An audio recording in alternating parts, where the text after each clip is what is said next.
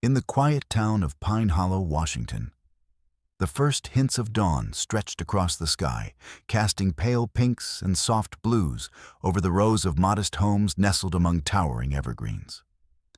The morning air was crisp, carrying the faint scent of pine needles and earth, typical of this small, close-knit community where everyone knew their neighbors, or at least thought they did. At the end of Maple Street, in a weathered white house with peeling paint and a sagging porch swing, Martha Collins sat alone at her kitchen table, the weight of the world pressing heavily on her shoulders. The faded floral curtains fluttered gently in the breeze from the open window, but Martha hardly noticed. Her hands trembled slightly as she traced the rim of a chipped coffee cup, eyes fixed on the eviction notice that lay in front of her. The official letterhead from Pine Hollow Bank mocked her with its cold, impersonal tone. It stated plainly that due to her overdue mortgage payments, she was to vacate her home within 30 days. The house that had been her sanctuary for nearly 3 decades, the house she and her late husband had built their life in, was now slipping through her fingers. Before we continue, make sure to like and subscribe to never miss a new video. And tell me, where are you watching this video from? I love seeing all different people come together for these stories. 2 years ago, when her husband Richard passed away suddenly from a heart attack, Martha's world had shattered. The steady income he had provided disappeared overnight, along with the steady sense of security she had taken for granted. Since then, she had struggled to keep up with bills and maintenance, battling loneliness and grief in equal measure. The community, once vibrant and welcoming, had slowly grown indifferent, their glances turning away when she passed by. The bank, however, was relentless. Despite her pleas for leniency, they refused to extend any assistance or restructure her loan. Their answer was a firm no. As she sat in the dim light of her kitchen, the familiar creak of the porch steps caught her attention. Martha looked up to see a figure approaching her gate, a man she had noticed only a few weeks ago moving into the house next door. He was tall, broad-shouldered, with a calm presence that seemed to contrast sharply with the anxious energy that filled her own home.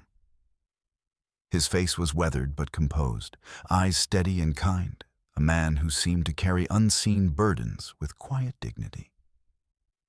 Jack Mason, a retired Navy SEAL, had sought refuge in Pine Hollow after years of service overseas. The town's peacefulness was exactly what he needed, somewhere to heal from the scars of war and the relentless demands of his former life. Jack was a man of few words, preferring observation over idle chatter, but Martha had noticed the subtle glances he cast her way, as if sensing the struggle that lay behind her tired eyes. Today, however, there was something different in his stride, a purposeful determination that Martha hadn't seen before. As he reached her front porch, he paused, then knocked gently on the door. Martha hesitated, her heart pounding. She wasn't accustomed to visitors, especially not neighbors who seemed so distant and reserved. But she found herself rising from the kitchen chair, wiping her hands on her worn cardigan and opening the door. "Good morning, Martha." Jack greeted her with a nod, his voice steady and calm. "I hope I'm not intruding." She shook her head, managing a faint smile. "No, not at all. Please, come in." Jack stepped inside, his presence immediately bringing a sense of calm to the cramped living room. He glanced briefly around, noting the faded wallpaper, the stack of unopened mail on the coffee table, the photographs of Martha and her late husband lining the shelves. "I saw the notice on your door this morning," Jack said quietly, his gaze meeting hers. "And I thought, maybe I could help." Martha's eyes filled with tears, a mixture of relief and disbelief. "I don't know what to do, Jack. The bank won't listen. I'm afraid I'm going to lose everything." Jack nodded thoughtfully, pulling up a chair to sit beside her. I've been through some tough times myself. Maybe not exactly like this, but I know what it's like to feel like you're out of options. Sometimes all it takes is someone to stand beside you. The kitchen clock ticked softly as Martha took a deep breath. For the first time in weeks, a flicker of hope kindled within her. Yet, beneath it all, the looming shadow of eviction remained a stark reality. Outside, the town stirred awake.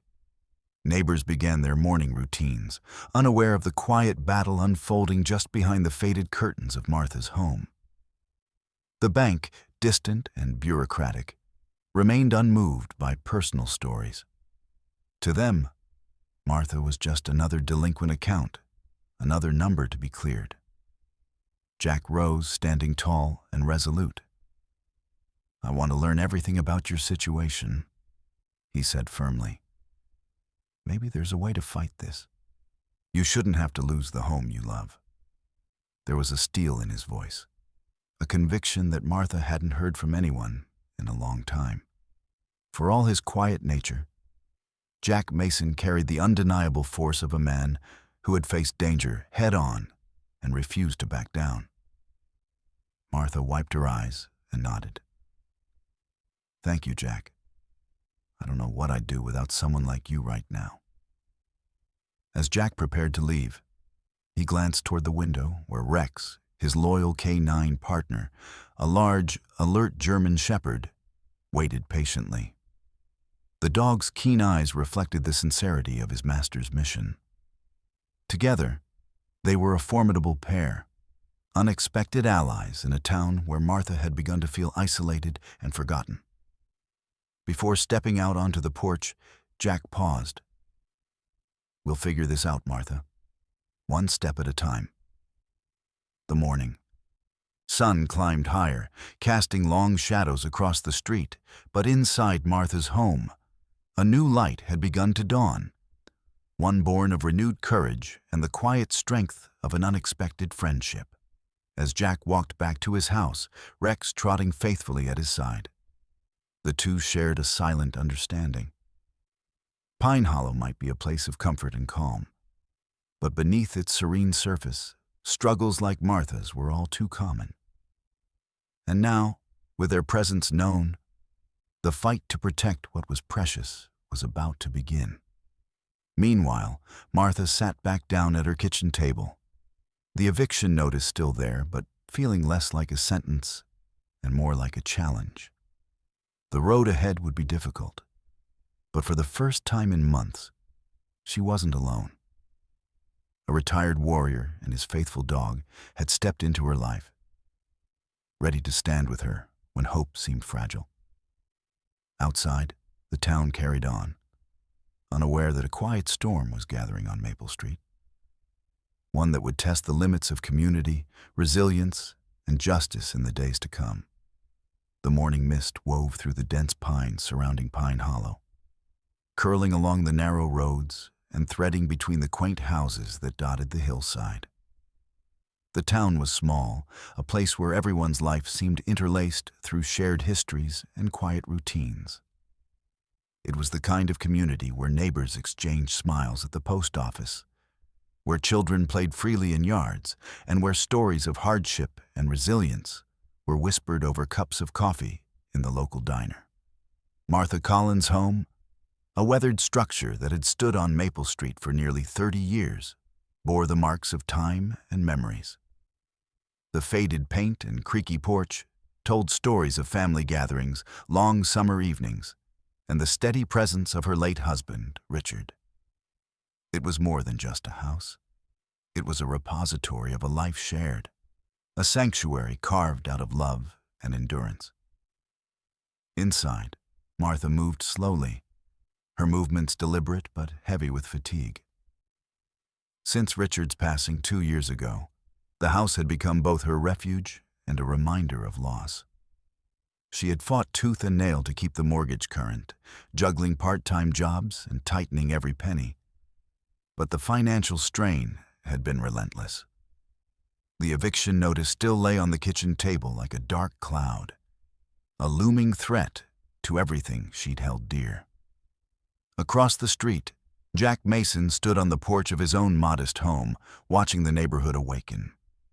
His house was newer, freshly painted in muted earth tones that blended seamlessly with the towering evergreens that surrounded it. Jack had arrived in Pine Hollow just weeks before Martha's crisis came into sharp focus. The retired Navy SEAL sought quiet here, away from the chaos of his past deployments, looking for a place to heal unseen wounds.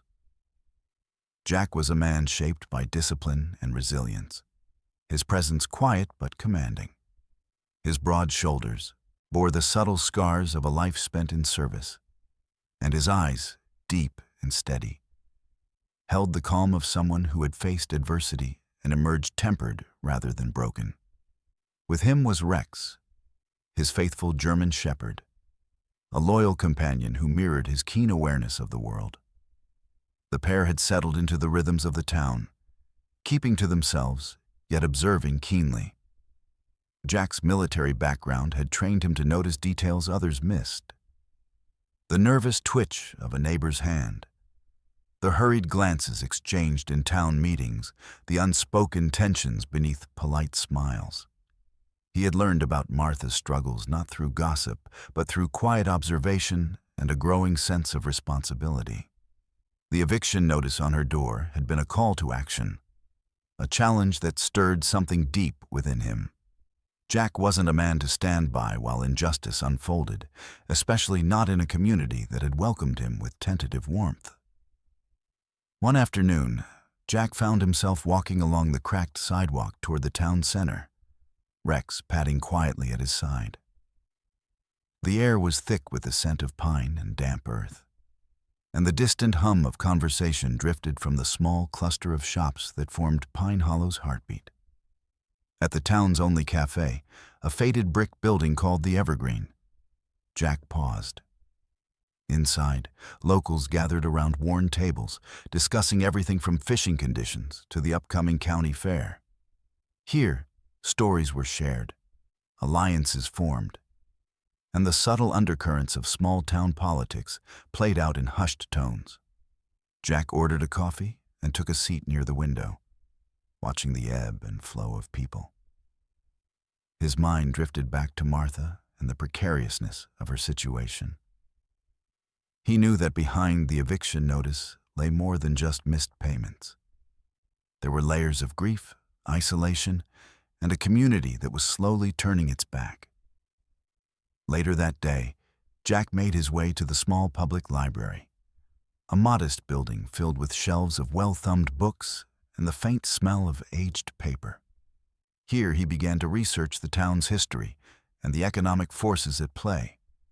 Pine Hollow had once been a thriving logging community, but over the years, jobs had dwindled, and many residents, like Martha, were struggling to keep their homes. As he pored over town records and news clippings, Jack discovered an undercurrent of hardship masked by the town's tranquil veneer. Foreclosures and evictions had increased steadily, with Pine Hollow Bank standing at the center of many disputes. Yet, the community remained resigned, accepting these losses as inevitable. Determined to understand more, Jack reached out to a few locals he had cautiously befriended. One of them, Sarah Green, was a young attorney known for her quiet tenacity in defending homeowners and tenants. Jack found her at the courthouse, a small but bustling building where town affairs were managed with a mixture of earnestness and bureaucratic weariness. "Jack Mason?" Sarah greeted him, extending a firm handshake. "I've heard a bit about you. Retired SEAL, new to town. What brings you here?" Jack smiled faintly. "I'm looking into some of the foreclosure cases around here. I want to help Martha Collins. She's in trouble, and I think there's more to it than just missed payments." Sarah nodded, her eyes sharp and assessing. "You're right. There's been a pattern.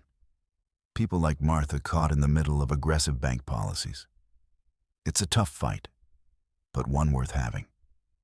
Together, they discuss the challenges facing Pine Hollow's residents: the shrinking job market, the bank's inflexible stance, and the growing fear that many would soon lose their homes. Sarah's legal expertise and Jack's strategic mindset seemed a natural partnership, each bringing skills that could complement the other. Back in his home, Jack sat beside Rex, the dog resting his head on the floor as Jack reviewed notes and documents. He thought about Martha's quiet strength, how she had held on despite the odds. The house next door was more than a building. It was a symbol of a life interrupted but not yet finished. Jack's own reasons for seeking solace in Pine Hollow were personal. Years in combat zones had left him weary of violence and loss. Here, in this peaceful town, he hoped to find healing. But he also knew that healing required action, that sometimes standing up for others was the first step toward restoring one's own sense of purpose. Outside, the sun dipped low behind the pines, casting long shadows across Maple Street. The town's silhouette was framed by the rugged peaks beyond, a reminder of the resilience required to live here. Pine Hollow was more than a backdrop. It was a community on the edge, caught between preserving its heart and succumbing to unseen pressures. As night fell, Jack prepared for the days ahead. He resolved to dig deeper, to listen more closely, and to stand firmly by Martha and others like her. The quiet strength of the town's forests was mirrored in the determination growing within him. Meanwhile, Martha sat by her window, watching the stars emerge one by one.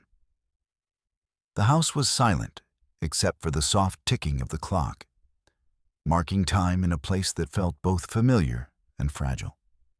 Her thoughts wandered to Jack, a neighbor who had stepped forward when she needed it most, a man whose presence promised a glimmer of hope in uncertain times. In Pine Hollow, the seasons turned slowly, and the bonds between people were tested by hardship and change. But beneath the surface, a quiet resolve was building, a readiness to confront the challenges ahead, to fight for the homes and lives that defined this small town. And so, as the night embraced Pine Hollow, the story of Martha Collins and Jack Mason began to intertwine, two lives brought together by circumstance and a shared will to protect what mattered most. The days in Pine Hollow grew shorter as autumn settled in, painting the towering evergreens and scattered maples with hues of amber and rust. The cool breeze carried the scent of fallen leaves and distant wood smoke, wrapping the small town in a quiet melancholy. Beneath this serene facade, however, tension simmered, an undercurrent of worry and uncertainty threading through the lives of those like Martha Collins, whose world was teetering on the edge. Martha moved through her days with a weary grace, the weight of impending eviction pressing on her chest like a relentless storm cloud. Each morning, she rose early to tend her small garden, her hands roughened by years of labor and care. But her mind was a whirlwind of anxiety. The calls to Pine Hollow Bank went unanswered or were met with curt refusals. The cold bureaucracy offered no reprieve, no compassion for her plight. Her neighbors, once friendly and familiar, had grown distant, their smiles polite but guarded. Conversations in the grocery store turned to other matters, avoiding the topic of foreclosures that had begun to haunt the town. Martha felt more isolated with each passing day, the walls of her home closing in as the deadline loomed. Jack Mason, observing all this from his porch and through quiet conversations in town, sensed the growing desperation. The community's indifference was as palpable as the crisp autumn air. He had witnessed similar apathy during his deployments, people turning away from suffering, convinced it was not their fight. But Jack knew better. Some battles demanded stepping forward, regardless of the personal cost. One afternoon, as Martha sat on her porch clutching a faded photograph of Richard, Jack approached with Rex at his side. The dog's ears perked up at the sight of Martha, and he settled at her feet, offering silent comfort. "Morning, Martha," Jack said, his tone low but steady. "How are you holding up?" Martha gave a tired smile, though her eyes betrayed the exhaustion beneath. "Some days better than others. The bank hasn't budged. I don't know how much longer I can keep fighting." Jack nodded, his gaze steady. "You're not alone in this. I've been watching how things are going, and it's clear the bank's not interested in helping folks like you. They want the houses cleared out, no questions asked." She looked up, meeting his eyes for the first time that day with something like hope. "But what can we do? I'm just one person." Jack crouched down, resting a hand on Rex's head. "One person can start a movement. I've been talking to Sarah Green, the attorney I mentioned. She knows the law and the fight ahead. But we need to gather support. If more people speak up, the bank might have to listen." Martha sighed, the weight of years pressing down. "The town's tired, Jack. Many have already lost their homes or are too afraid to speak out. They say fighting the bank is hopeless." Jack's jaw tightened. Sometimes the system's stacked against us. But history shows that when people unite, they can change things. I'm not saying it'll be easy, but standing still means losing everything. Over the next several days, Jack and Martha began quietly reaching out to others. Neighbors who had faced similar threats but had kept their struggles hidden behind closed doors. Some were reluctant at first, wary of stirring trouble or facing retaliation. Others were exhausted, their spirits dimmed by repeated disappointments. At the local diner, a hub of whispered conversations and shared sorrows, Jack listened as residents recounted stories of late payments, denied extensions, and unexplained fees that piled up like an insurmountable wall. The bank's representatives were distant, unyielding figures who cared little for the human cost of their policies. One evening, Jack met with Sarah Green in her modest office, walls lined with legal books and framed certificates. They pored over mortgage documents, foreclosure notices, and town ordinances, piecing together a pattern that suggested the bank's tactics were more aggressive than standard practice. "This isn't just about missed payments," Sarah said, her voice steady but tinged with frustration. "There are questionable fees, unclear communication, and a lack of effort to work with homeowners before pushing for eviction. If we can prove that, it could change the legal landscape here." Jack leaned forward, his military mind already strategizing. "Then we need to gather evidence. Testimonies from affected residents, documents, anything that shows the bank's pattern." Sarah nodded, determination flashing in her eyes.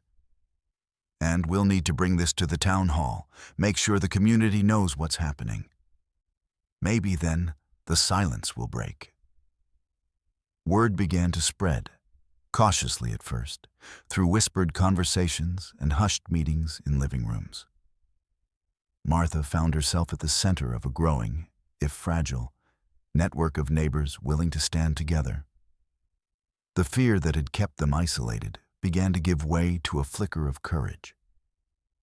One afternoon, as Martha prepared for a small gathering at her home, Jack stopped by with Rex, carrying folders filled with notes and testimonies. The sun filtered through the golden leaves, casting dappled light across the porch. "Ready?" he asked. Martha took a deep breath and nodded. "More ready than I've felt in a long time." Inside, neighbors arrived slowly, some hesitant, others driven by necessity. Their faces told stories of strain and hope intertwined. Jack and Sarah facilitated the conversation, encouraging everyone to share their experiences, to speak openly about the hardships and the injustice they faced. As voices rose in unity, the atmosphere shifted. What had been a collection of isolated fears became a shared battle cry. The community's spirit, long subdued, began to awaken. Meanwhile, at the bank's headquarters, a stark building of steel and glass on the edge of town, executives remained oblivious to the quiet storm gathering in Pine Hollow. Their focus was on numbers and policies, not the faces behind the foreclosure notices. Back in the town, Jack and Martha understood the road ahead was fraught with challenges. The bank's power was formidable, and the community's inertia was a formidable opponent. Yet, with each shared story and each gathering, the tide was beginning to turn. That evening, as the gathering dispersed under a sky streaked with stars, Martha stood on her porch, watching neighbors return to their homes with a new sense of resolve. Jack remained beside her, Rex alert but calm. "You've done something important here," Jack said quietly. "You reminded people they're not alone." Martha smiled, though her eyes held the traces of tears. "It's just the beginning, isn't it?" Jack nodded. "Yes. But sometimes, beginnings are the hardest part." The night air was cool but carried with it the warmth of determination. In Pine Hollow, beneath the watchful evergreens, a community was beginning to find its voice, ready to confront the forces threatening to unravel it. And for Martha Collins, the fight to keep her home and her dignity was no longer hers alone. It was a battle shared by many, a stand against the quiet erosion of hope, and a testament to the strength found in unity. The morning sun cast long shadows across Maple Street as the scent of damp earth and fallen leaves filled the air. The town of Pine Hollow stirred quietly, unaware that today's calm was about to be shattered by the harsh reality looming over Martha Collins' doorstep. The eviction deadline had arrived, and with it came the unyielding presence of authority, ready to enforce a decision that threatened to uproot a life built on memories and resilience. At precisely 8 o'clock, a black SUV rolled to a stop in front of Martha's weathered home. Out stepped Mr. Dalton, the bank's representative, a man whose polished exterior masked the cold indifference within. His tailored suit contrasted sharply with the humble surroundings, and his clipped steps echoed with the certainty of bureaucratic power. Beside him stood Deputy Harris, a local sheriff's deputy whose uniform bore the insignia of law and order, but whose eyes flickered with unease. The deputy had served Pine Hollow for years, familiar with its people and their struggles. Yet today, he was the instrument of a painful mandate. Martha, standing on her porch wrapped in a worn shawl, watched the approaching figures with a heart pounding in quiet defiance. The eviction notice had warned her of this moment, but no amount of preparation could steel her for the weight of confrontation. Jack Mason appeared at the edge of the yard, Rex at his side, his calm demeanor a stark contrast to the tension thickening the morning air. Word of the impending eviction had spread quickly, and a few neighbors gathered discreetly nearby, their faces etched with concern and silent support.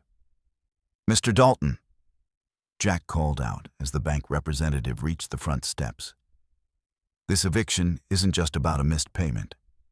There are questions about the bank's practices, about how this situation has been handled." Dalton's lips pressed into a thin line. "Mr. Mason, the bank has followed all legal procedures. Mrs. Collins has been given ample notice. We are simply enforcing the terms of the mortgage." Jack took a step forward, his voice steady but firm. "Enforcement without consideration of the circumstances is not justice. Mrs. Collins and others like her deserve better. This isn't just a house. It's a home." Dalton's gaze hardened. "I'm here to do a job, nothing more. If there are legal challenges, they must be addressed through the courts, not by delaying this process." Martha stepped onto the porch, her voice wavering but resolute. Please, there has to be another way. I'm not trying to avoid my responsibilities. I just need a chance to make things right. Deputy Harris shifted uncomfortably, glancing between the parties. He was caught between the letter of the law and the empathy he felt for Martha's plight. Mrs. Collins, I understand this is difficult, but I'm obligated to carry out the court's order. Rex growled softly, sensing the tension, and Jack placed a calming hand on the dog's head. We're not asking for chaos, Jack said quietly. We're asking for fairness. Let's not make this a spectacle. The small crowd of neighbors watched in silence, the atmosphere thick with unspoken fears. Some clutched their coats tighter, others exchanged anxious glances. The scene unfolding was a painful reminder of the fragility of security and the power imbalance that had come to define their town.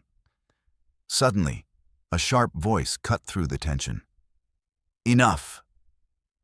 From the sidewalk, Liam Webb, a local travel vlogger who had recently returned from an extended journey, stepped forward, holding his phone aloft. His footage had already captured moments of quiet resistance in Pine Hollow, and now he was recording the eviction attempt in real time. This isn't just about one house, Liam declared, his voice amplified by the small crowd. It's about a community fighting back against injustice. The world deserves to see what's happening here. Dalton's face flushed with irritation. You're interfering with a legal procedure.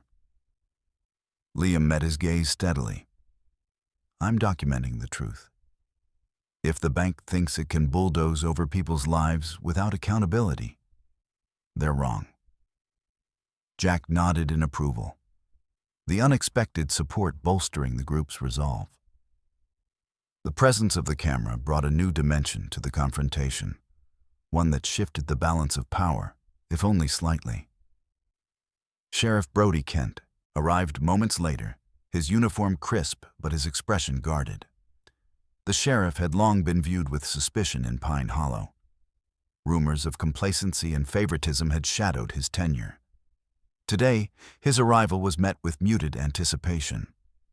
Sheriff, Jack greeted him directly. We need to talk about how these evictions are being handled. There's more at stake here than just enforcing orders. Kent's eyes flicked to the gathering crowd, then to the camera recording the scene. Mr. Mason, I'm here to maintain order.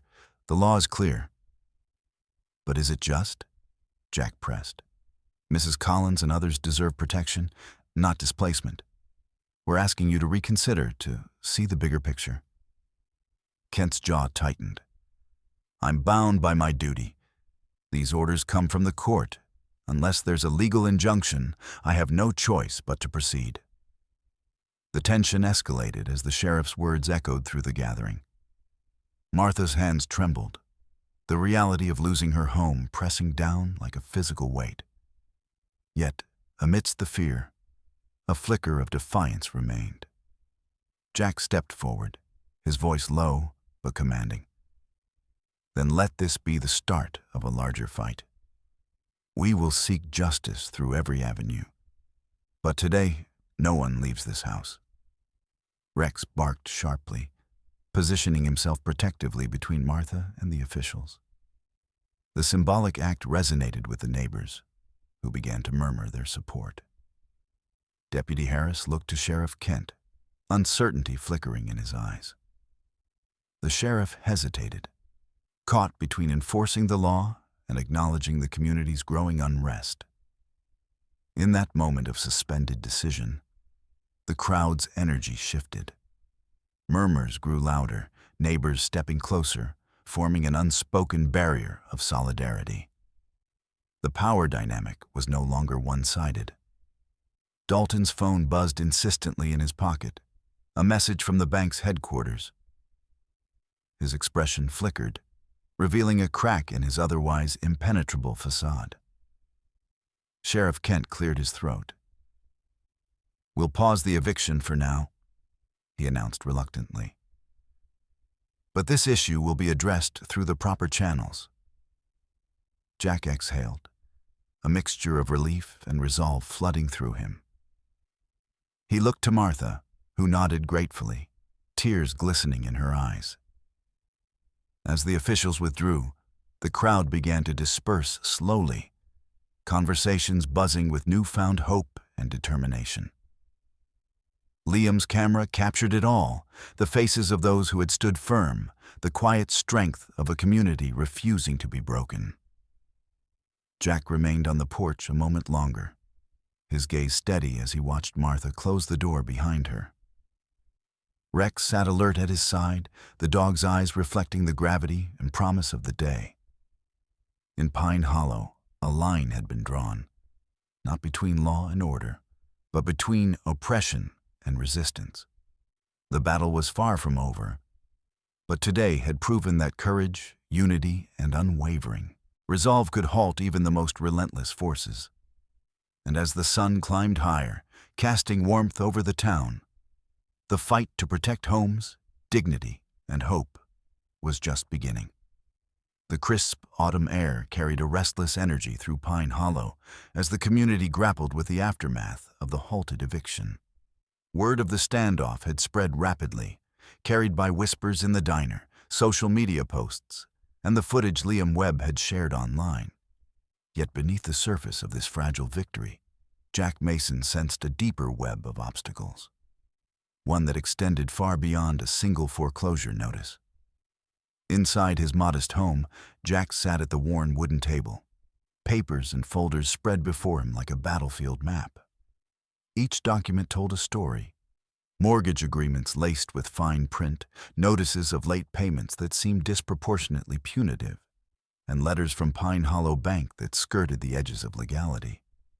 Jack's fingers traced the lines carefully, piecing together a mosaic of systemic pressure designed to push vulnerable homeowners out. Across from him, Sarah Green leaned forward, her brow furrowed as she reviewed a stack of case files. The young attorney's reputation for tenacity was well earned, and her calm determination filled the room with purpose. "What's troubling me?" Sarah said quietly, tapping a highlighted clause in a mortgage agreement, "is the bank's pattern of charging excessive fees and penalties without clear explanation. It's designed to create a cycle of default, making it easier for them to justify foreclosures." Jack nodded thoughtfully. "It's not just about one house or one family. The bank's tactics are part of a broader strategy targeting people who can least afford it." Sarah's eyes met Jack's, sharp and resolute. "We need more than just local support. This calls for a legal challenge that exposes these practices and demands accountability." The idea hung in the air, heavy with possibility and risk. Jack knew that taking on a powerful institution like Pine Hollow Bank would require more than courage.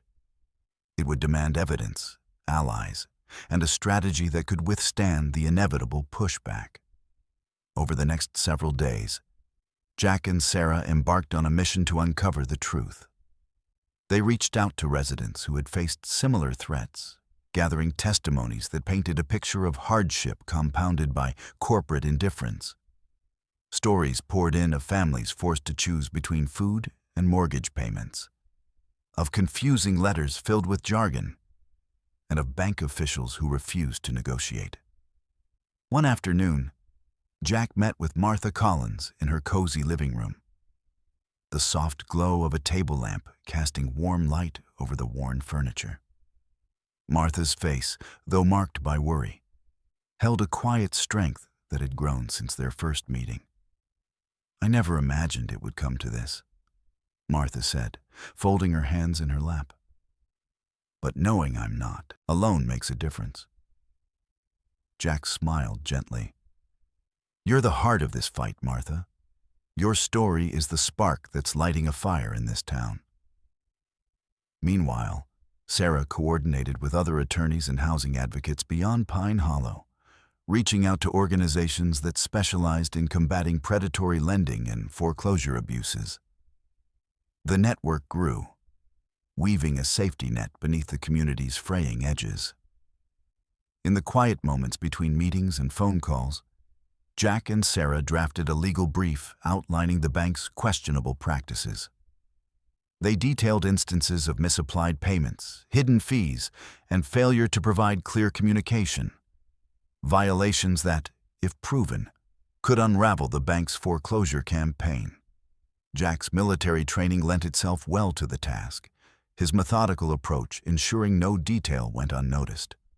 Sarah's legal expertise shaped the narrative into a formidable argument, one designed to challenge the status quo and demand justice. One evening, as Jack sat alone on his porch with Rex resting at his feet, his phone buzzed with a message from Sarah. "We have a lead," the text read. "A whistleblower from inside the bank is willing to talk. This could change everything." Jack's heart quickened. The possibility of insider testimony was a game changer, a chance to pierce the veil of secrecy that shielded the bank's operations. The next day, Jack and Sarah arranged a discreet meeting with the whistleblower, a former bank employee who spoke in hushed tones about the pressure to meet foreclosure quotas and the manipulation of loan records to justify evictions. "It was all about numbers," the whistleblower confessed, glancing nervously around the dimly lit cafe where they met. "They didn't care about people, just profits." Armed with this testimony, Jack and Sarah compiled a comprehensive dossier, ready to present to the town and, if necessary, to higher authorities. They planned a community meeting at the town hall, inviting residents, media, and local officials to hear the truth and rally support. As the day of the meeting approached, anticipation mingled with apprehension. Pine Hollow's modest town hall buzzed with activity, the air thick with the weight of collective determination. Chairs were arranged in neat rows, posters advocating for homeowners' rights adorned the walls, and the hum of quiet conversations filled the space. Martha stood near the entrance, greeting neighbors as they arrived, her presence a beacon of resilience. Jack and Sarah prepared their presentation, reviewing key points and rehearsing answers to anticipated questions. When the meeting began, Sarah took the floor first, outlining the bank's questionable practices with clarity and conviction. She shared testimonies from affected residents, including Martha's story, weaving a tapestry of hardship that resonated deeply with the audience. Jack followed, detailing the evidence they had gathered and introducing the whistleblower's account. The room fell silent as the insider's words were read aloud, exposing the calculated nature of the bank's foreclosure strategy. The impact was immediate. Gasps and murmurs echoed through the hall as residents absorbed the revelations. Faces once marked by resignation now shone with renewed hope and resolve. Questions poured in about legal options, potential outcomes, and how the community could stand together. Jack and Sarah answered patiently, emphasizing the power of unity and the importance of persistence. Local media arrived to cover the event, their cameras capturing the faces of a town awakened to the realities behind closed doors. The story began to spread beyond Pine Hollow, drawing attention from regional advocates and legal watchdogs. As the meeting drew to a close, Martha stepped forward, her voice steady despite the emotion beneath. "We are more than statistics," she declared. "Our homes are where our lives unfold, where memories are made. We will fight to protect them, not just for ourselves, but for everyone who calls this town home." Jack watched as the crowd erupted in applause, the sound echoing through the wooden rafters of the hall. The battle lines had been drawn, but now the community stood armed with knowledge, courage, and growing support. Later, as the crowd dispersed into the cool night, Jack and Sarah lingered, their expressions a mix of exhaustion and determination. "This is just the beginning," Sarah said softly. "But it's a strong beginning." Jack nodded, looking out toward the darkened streets of Pine Hollow.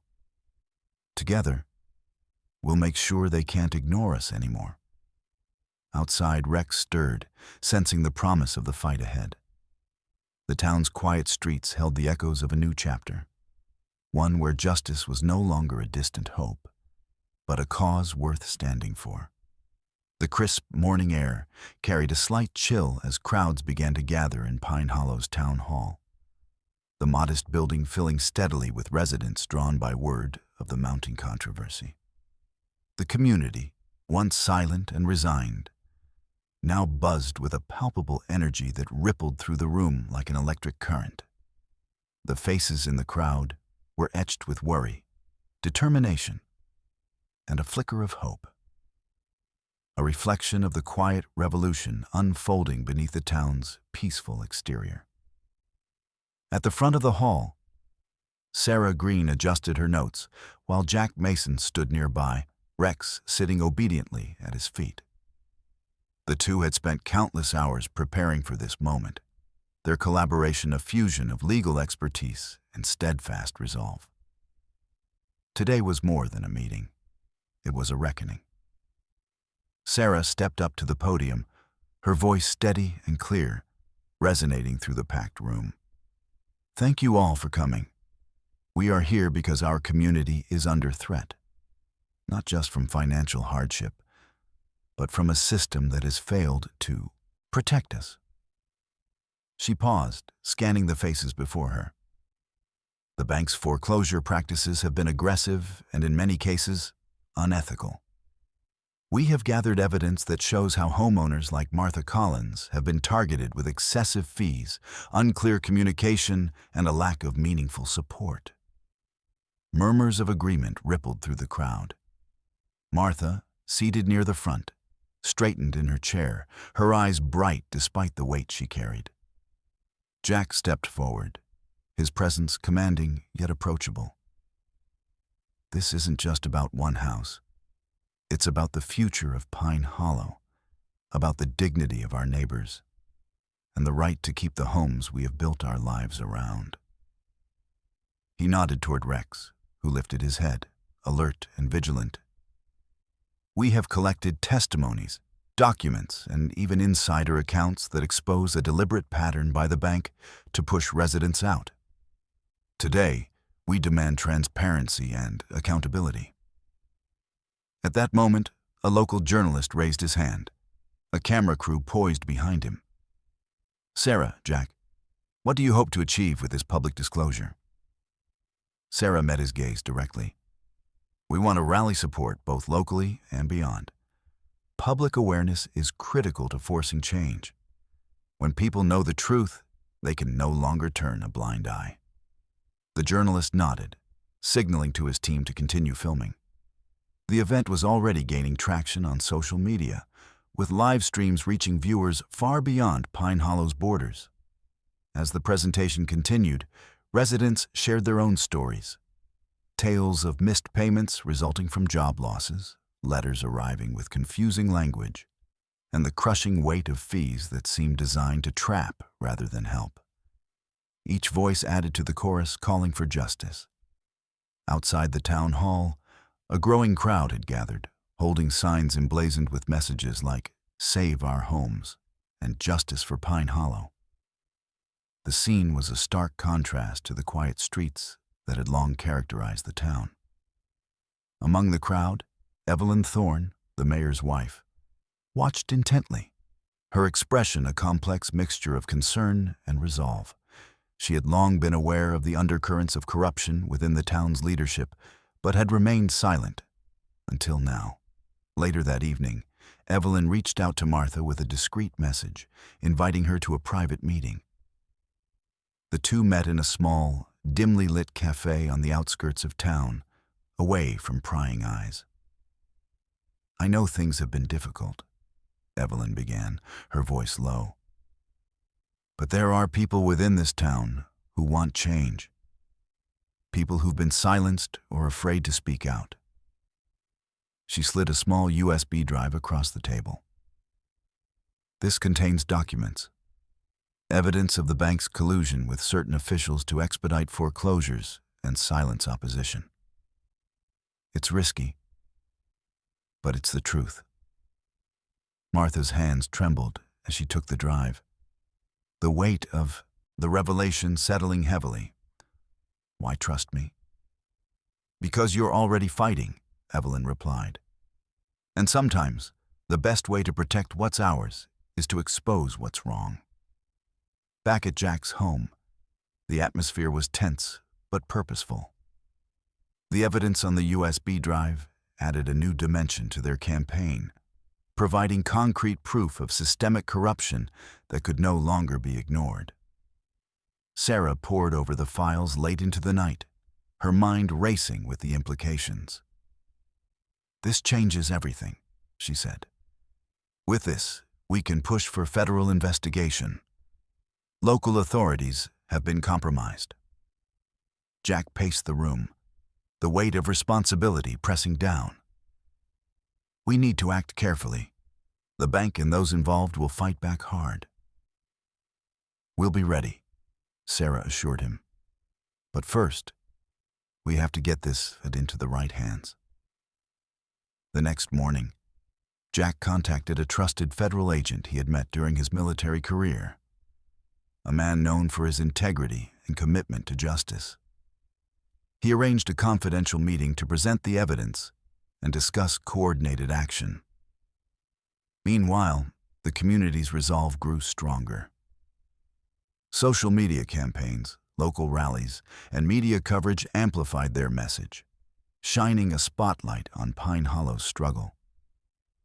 The story caught the attention of regional news outlets and advocacy groups, creating pressure that the bank's executives could no longer dismiss. At the town hall, residents gathered again, this time with a renewed sense of purpose and unity. The mayor, confronted with mounting evidence and public scrutiny, found himself isolated and under increasing pressure to respond. Sheriff Brody Kent, once a symbol of complacency, faced questions about his role in the enforcement of foreclosures and his relationship with bank officials. The community's demand for accountability echoed louder than ever. As the weeks unfolded, the campaign led by Jack, Sarah, Martha, and their allies began to unravel the network of corruption that had gripped Pine Hollow. Federal authorities opened investigations, and the bank's aggressive tactics were placed under intense scrutiny. Throughout it all, the people of Pine Hollow stood together, their voices rising above the silence that had once threatened to consume them. The fight was far from over, but the tide was turning.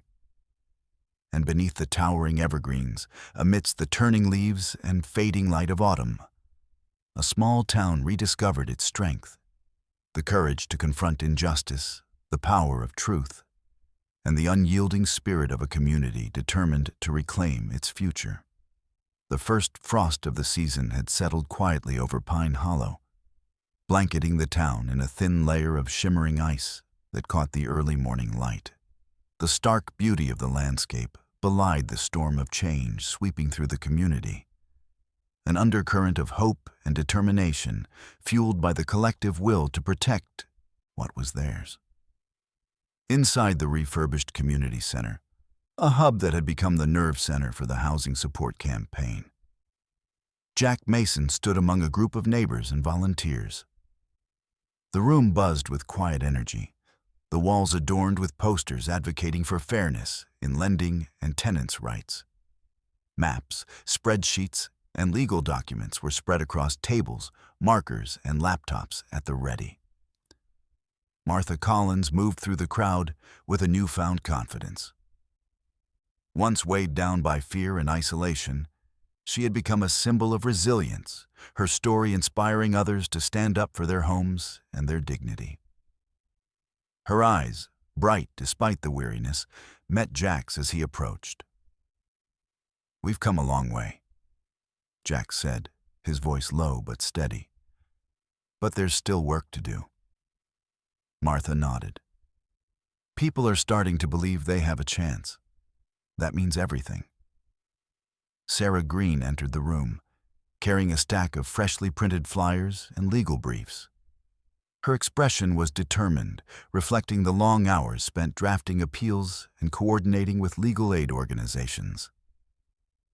"We're ready to launch the next phase of the campaign," she announced. "Community outreach, legal assistance, and a hotline to connect those in need with resources." The group gathered around, listening as Sarah detailed plans to hold workshops, educating residents on their rights, organize volunteer legal clinics, and create a neighborhood watch to report predatory practices. Outside, the town was transforming. Signs of solidarity appeared on porches and storefronts, stickers proclaiming "Homes Matter" and "Pine Hollow Stands United." The local diner, once a place of hushed conversations and guarded glances, now hosted regular meetings where neighbors shared stories and strategies. Jack and Martha often found themselves side by side, their partnership forged in the crucible of adversity. They visited homes, knocking on doors to offer support and information, their presence a reassuring reminder that no one was alone. One afternoon, as golden leaves fell softly around them, Martha invited Jack inside her home. The living room was modest but warm, filled with photos that chronicled a lifetime of memories. She poured tea as they sat quietly, the weight of the struggle balanced by the comfort of companionship. "I never imagined I'd find strength like this," Martha confessed, her voice soft. "Not just in myself, but in all of us." Jack smiled, his gaze steady. "It's what happens when people come together. We're more powerful than we realize." Meanwhile, Sarah coordinated with regional advocacy groups, securing funding and mobilizing volunteers to expand their efforts. The campaign's reach extended beyond Pine Hollow, drawing attention from neighboring towns grappling with similar issues. As community members stepped forward to share their experiences, a tapestry of resilience and hope unfolded. Stories of families who had faced eviction but found support, of neighbors who banded together to prevent foreclosure auctions, and of newfound friendships forged in the fight for justice filled the air. Jack's military discipline translated into organizing local patrols that monitored for unlawful eviction notices and suspicious bank activities. Rex, ever vigilant, accompanied these patrols, his presence both protective and reassuring. The campaign also embraced younger residents, engaging them through social media and volunteer initiatives.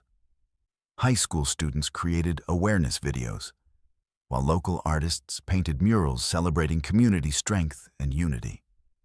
Despite the progress, challenges persisted. The bank and its affiliates continued to resist, employing legal maneuvers and public relations tactics to undermine the movement. Yet, each attempt to intimidate or discredit only strengthened the community's resolve. One evening, during a town hall meeting packed beyond capacity, a local resident stood to speak. Her voice trembled but carried the weight of lived experience. "I was ready to give up," she said, tears glistening in her eyes. "But thanks to this community, I have hope again. You reminded me that home is more than a place. It's where we belong." Applause filled the room, a chorus of voices united in affirmation. As autumn deepened, the people of Pine Hollow found themselves not just defending their homes, but reclaiming their sense of belonging and purpose. The campaign had become a movement, a testament to the power of collective action and the enduring human spirit. Jack looked out over the crowd gathered in the community center one evening, feeling a quiet pride. The path ahead was still uncertain, but the bonds forged here would carry them through. Martha joined him, her smile radiant despite the trials endured. "This is what resilience looks like," she said softly. Jack nodded, the weight of her words settling like a promise. "Together, we're unstoppable." Outside, the frost began to melt under the soft glow of streetlights, signaling the slow but steady thaw of fear and isolation. Pine Hollow was healing, not just its homes, but its heart. And as the town embraced the promise of a new season, the story of its people stood as a beacon of hope, courage, and unwavering solidarity in the face of adversity. The cold winds of early winter swept through Pine Hollow, carrying with them a restless energy that mirrored the shifting tides within the community. Snow dusted the evergreens, their branches heavy but resilient, much like the town itself, which had endured months of turmoil and was now poised on the cusp of a turning point. Inside a nondescript federal building in a nearby city, a team of investigators sat around a conference table strewn with documents, emails, and recordings. The atmosphere was tense but focused. Federal regulators had finally stepped in, their attention drawn by the mounting evidence presented by Jack Mason, Sarah Green, and the courageous residents of Pine Hollow. Special Agent Damon Hayes, a seasoned investigator known for his integrity and sharp instincts, leaned forward, tapping a printed dossier. "The documents we've received show clear indications of fraudulent practices, altered payment records, unauthorized fees, and a coordinated effort to pressure homeowners into foreclosure." His colleague, legal analyst Maria Valdez, nodded. "The whistleblower's testimony corroborates this. It's a systematic scheme, not isolated incidents. This bank has been exploiting vulnerable residents for profit." Back in Pine Hollow, the community buzzed with cautious optimism. The federal involvement was a beacon of hope, a sign that the long fight for justice might finally yield tangible results. Yet, there was also apprehension, an understanding that powerful interests would not relinquish control without resistance. Jack Mason stood outside the courthouse, Rex at his side, watching as federal agents arrived.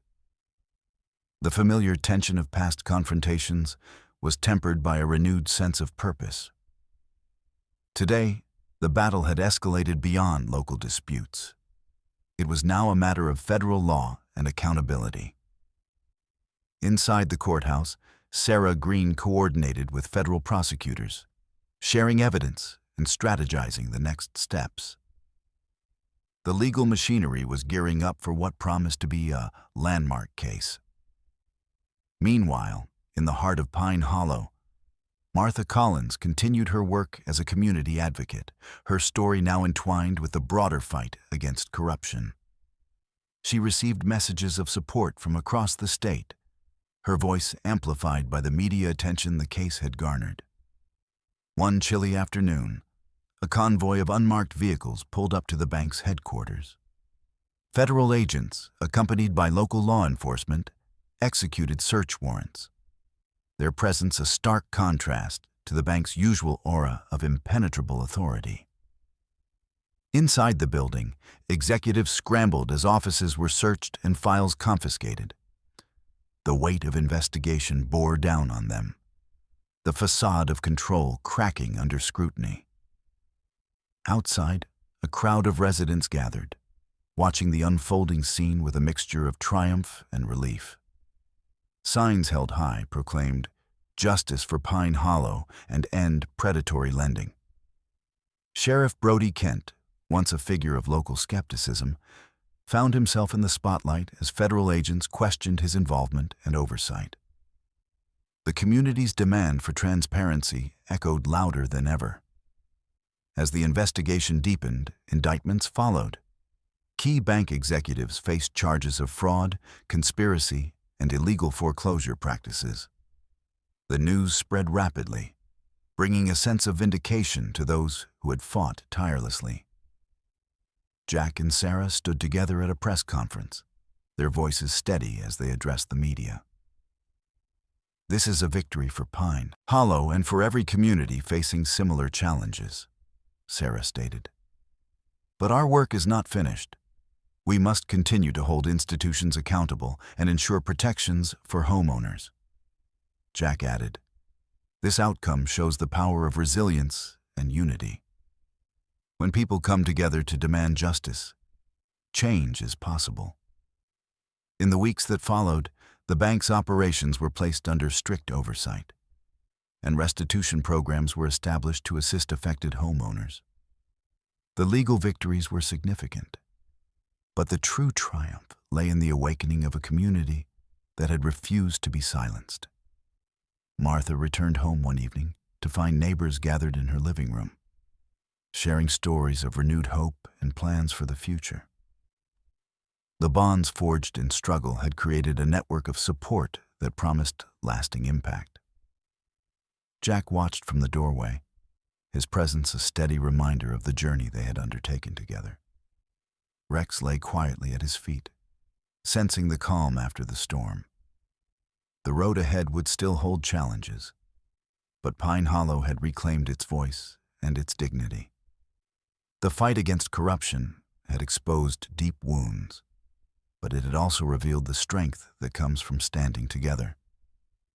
As snowflakes drifted softly outside, the town embraced a new chapter, one defined not by fear or loss, but by justice, healing, and the enduring spirit of its people.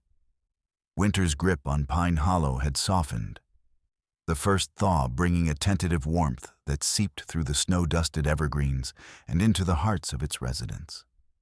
The town, once shadowed by uncertainty and loss, was now alive with a quiet optimism born from months of struggle, unity, and the slow unraveling of corruption that had threatened its very foundation. Martha Collins stood on the porch of her home, the familiar creak beneath her feet a comforting sound after so much upheaval. The eviction notices had long since been withdrawn, replaced by letters confirming the bank's restitution efforts and the community's newfound stability. Her eyes traced the horizon where the sun cast a golden glow, illuminating the streets that had become a testament to resilience. Inside her living room, a group had gathered for the inaugural meeting of Pine Hollow's newly formed Housing Support Coalition. The room was a tapestry of faces, neighbors, friends, and volunteers united by a shared purpose. Martha took her seat beside Jack Mason, whose steady presence had been a pillar throughout the campaign. The coalition was more than a response to crisis. It was a proactive force designed to safeguard the future. Plans unfolded for financial literacy workshops, emergency assistance funds, and partnerships with legal advocates to ensure no family would face eviction without support. Sarah Green, now a trusted ally and community leader, addressed the group. Our fight has shown us what can be achieved when we stand together. This coalition will be our shield and voice, preventing future injustices and empowering homeowners. Applause filled the room, a sound that echoed the collective resolve to heal and rebuild. Outside, the town was stirring to life. Local businesses, once cautious and quiet, flourished with renewed confidence as residents felt secure in their homes and futures. The diner, a symbol of community strength, buzzed with conversations about progress and plans. Jack and Martha often walked the familiar streets, their conversations blending reflections on the past with hopes for what lay ahead. "It's incredible," Martha said one afternoon, watching children play in a newly cleared park. "We went from fighting for survival to building a future." Jack nodded, his gaze steady. That's the power of community. When people come together, they don't just survive, they thrive. The sheriff's office, once marred by suspicion, underwent reforms under new leadership, committed to transparency and fairness. Pine Hollow's local government saw changes as well, with officials pledging accountability and open communication. In the months that followed, the ripple effects of the community's activism reached neighboring towns, inspiring similar movements and collaborations. Pine Hollow became a beacon, its story shared at conferences and in publications dedicated to social justice and housing rights. Martha's home, once threatened with loss, now served as a gathering place, a sanctuary where stories were shared, strategies formed, and friendships deepened. The walls held reminders of hardship, but also of triumph, each scar a testament to endurance. One evening, as snowflakes gently fell outside, Jack and Martha sat by the fireplace, the warmth inside a contrast to the chill beyond the windows. Rex lay curled at their feet, content and watchful. "It's been a long road," Martha mused, her voice soft. "But I wouldn't change a thing." Jack smiled, the flicker of the fire dancing in his eyes. "Neither would I. This community showed me what true strength looks like." Their conversation drifted to the future. A future where Pine Hollow's residents would continue to protect each other, advocate for justice, and nurture the bonds forged in adversity. As the night deepened, the town settled into a peaceful slumber, cradled by the quiet promise of renewal. Pine Hollow had weathered the storm, emerging not just intact, but transformed. The scars of the past remained, but they were now woven into a tapestry of hope, courage, and an unbreakable spirit. And as dawn approached, casting a soft light over the snow-covered streets, the town stood ready, a community united, resilient, and steadfast in its commitment to protect the homes and lives within its embrace. The morning sun spilled golden light over Pine Hollow, illuminating the quiet streets and the homes that had become symbols of a community's resilience. The chill of winter had given way to the soft promise of spring, buds beginning to bloom along the familiar maples and evergreens. Amidst this gentle renewal, Martha Collins stood at the edge of her garden, hands deep in the rich earth, planting seeds that mirrored the hope taking root throughout the town. Her home, once shadowed by the threat of eviction, now radiated warmth and life. The struggles of the past 2 years had left their marks, but they also forged a bond between neighbors and friends that no hardship could sever. Martha's gaze lifted to the street, where familiar faces passed by. Families, children, elders, all part of the tapestry that had been rewoven through courage and unity. Jack Mason approached, Rex at his heels, the steady rhythm of their footsteps a comforting cadence. Jack's quiet strength had become a cornerstone for the community, a reminder that protection and compassion could walk hand in hand. "You're up early," Martha remarked, wiping soil from her hands. Jack smiled softly. "Couldn't sleep. Thought I'd check on the garden and on you." Martha returned the smile, the unspoken history between them rich with shared battles and victories. "It's growing. Like the town." Their conversation drifted to the future.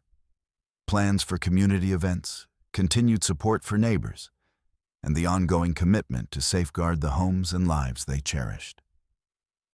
The coalition they helped build had blossomed into a vibrant force, sustaining the momentum and ensuring that the lessons learned would not be forgotten. As they spoke, children's laughter echoed from the nearby park, where new playground equipment stood as a testament to the town's renewal. The once somber gathering places now thrummed with life and possibility. Inside the town hall, a meeting was underway. Leaders, volunteers, and residents gathered to discuss the next steps, education programs, economic initiatives, and ways to foster even deeper connections. The spirit of collaboration was palpable, a living thread woven through every plan and promise. Martha found herself reflecting on the journey. The fear, the pain, the moments of doubt balanced by unexpected kindness and strength. She thought of Richard, whose memory lingered in the creak of the porch and the photos lining the walls, and of the community that had become her extended family. Jack joined her later that evening on the porch, the sky painted in hues of pink and lavender. Rex lay at their feet, alert yet calm. Do you ever think about how far we've come? Martha asked, her voice tinged with wonder. Jack nodded, eyes fixed on the horizon. Every day, this town taught me about the power of standing firm, of fighting not just for ourselves, but for each other. Their shared silence was comfortable, filled with the weight of experiences that words could scarcely capture. As darkness settled, the porch light cast a warm glow, a beacon against the encroaching night. Pine Hollow rested beneath a blanket of stars, each one a silent witness to the trials overcome and the hope nurtured. The story of Martha Collins, Jack Mason, and their community was more than a tale of struggle. It was a testament to the enduring human spirit. In the face of adversity, they found strength. In unity, they discovered healing. And in action, they shaped a future defined by justice and compassion. The town's transformation stood as a beacon for others, a reminder that even in the smallest places, courage could ignite change, and that home was not just a place, but a promise kept by those who protect and uplift one another. And as Pine Hollow embraced the dawn of a new day, its heart beat strong, steady, hopeful, and forever resilient.